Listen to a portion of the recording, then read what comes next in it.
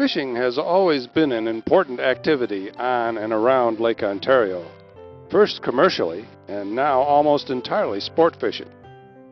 Anglers travel from all over North America and sometimes beyond for a chance to catch monster steelhead or a powerful salmon. They are usually not disappointed. Bragging size is the rule, not the exception.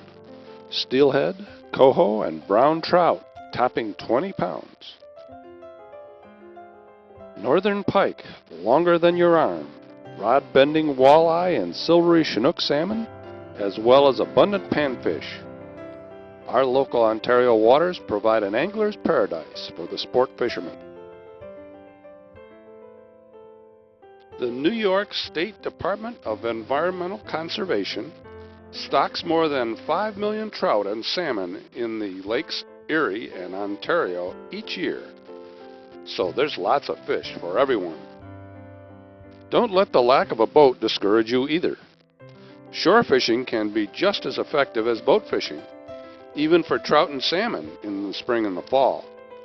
Public fishing piers, streams, and shore fishing areas are scattered all along the local shoreline. With the exception of the muskellunge, the following fish are found around the Sodus Bay area.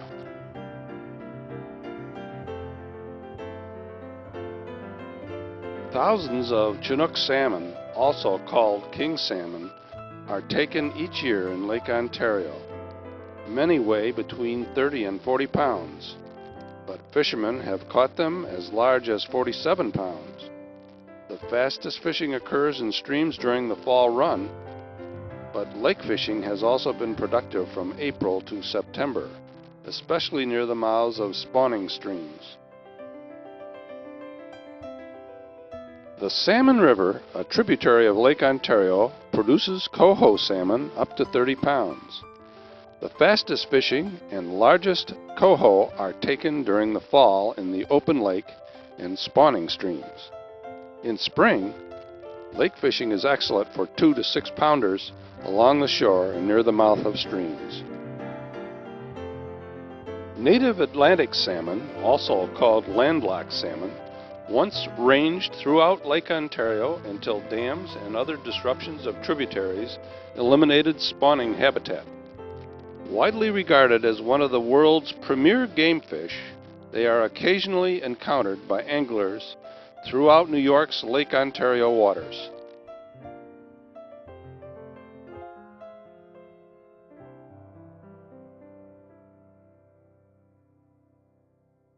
Fishing excitement peaks as brown trout move inshore in early spring to search out the warmer water along the shoreline.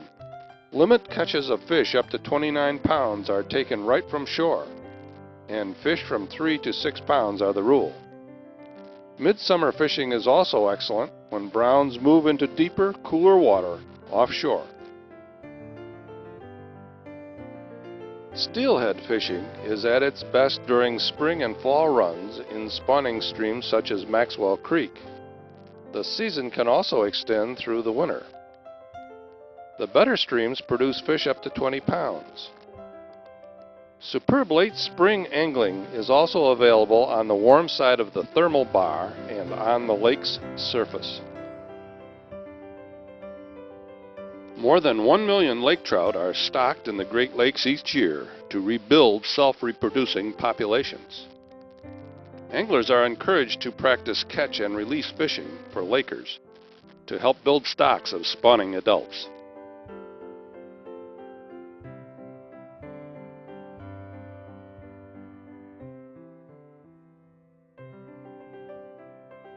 Marshes and bays along the shoreline of Lake Ontario and the St. Lawrence River produce some of the finest northern pike fishing in the east.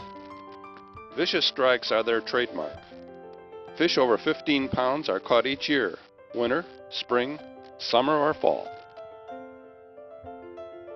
Muskellunge are seldom found in the Sodus Point area, but are surely the trophy fish of the St. Lawrence and Niagara rivers. They average 12 to 30 pounds and occasionally 40 to 50. Special fishing gear is required and a guide is recommended for the inexperienced.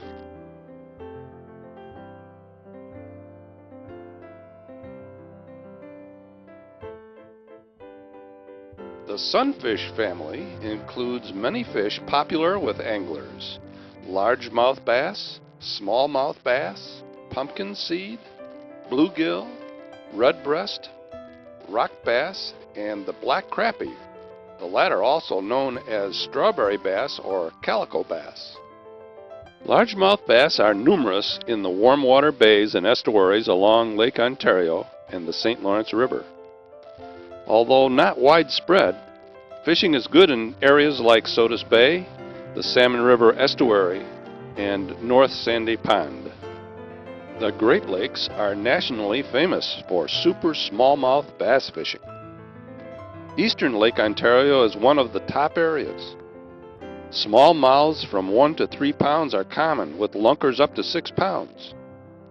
Fishing is best in late June, early July, and again in fall. Summer fishing is productive in deeper water.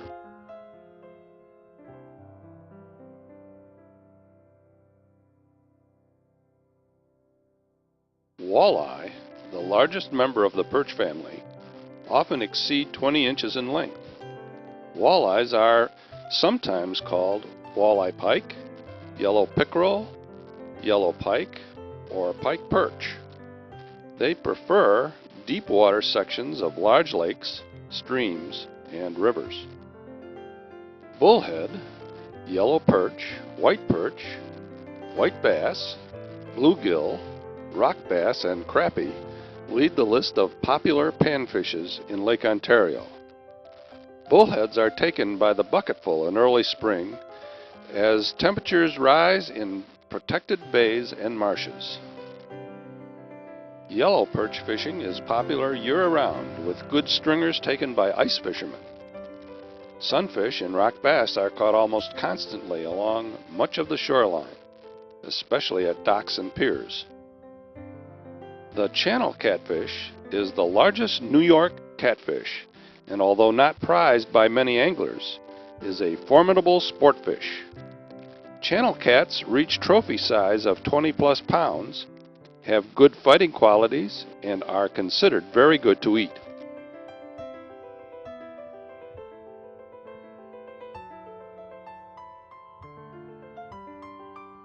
Until 1970, Lake Ontario was both abused and neglected.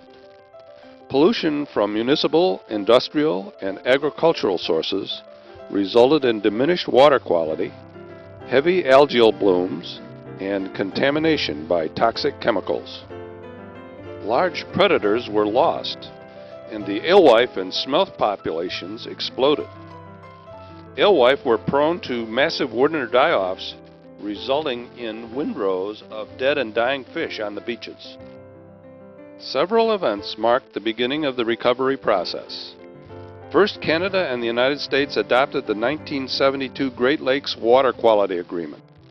Aggressive programs were begun to control the sea lamprey, rehabilitate lake trout, and develop major hatchery-supported fisheries for Pacific salmon, brown trout, and rainbow trout.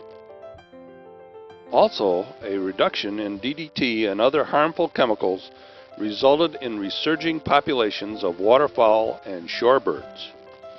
Reduction in phosphorus and other ecosystem changes suggest that the Lake Ontario ecosystem continues to improve. A good sign is the resurgence of native species that were near dangerously low levels. For example, lake whitefish have increased dramatically in recent years. We may also expect populations of lake herring, freshwater cod, and lake trout to respond positively as the ecosystem continues to change. It is a major challenge to the New York State Department of Environmental Conservation to keep the whole system in balance.